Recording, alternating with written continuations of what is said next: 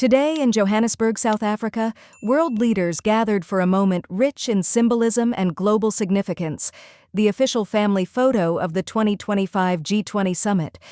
Under bright skies and tight security, heads of state and government stepped onto the platform, greeting one another, exchanging brief conversations, and preparing for the image that will define this year's summit. This gathering marks a milestone. For the first time in its history, the G20 is being hosted on African soil. As leaders assembled for the photo, South African President Cyril Ramaphosa emphasized the weight of this moment. He reminded delegates that South Africa has used its presidency to protect the G20's integrity while expanding the forum's scope far beyond its original macroeconomic mandate.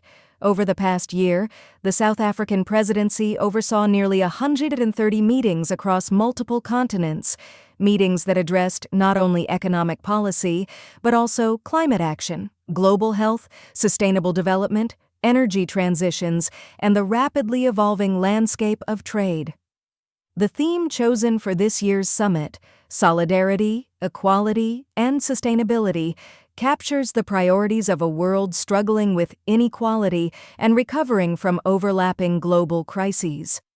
Ramaphosa highlighted one issue in particular: debt. For many low-income nations, overwhelming debt has become a barrier to growth, preventing investment, slowing development, and deepening poverty. This summit aims to push forward discussions on relief mechanisms that could reshape opportunities for millions across the global South. As leaders posed for the photo, their presence underscored the diversity and global reach of the G20.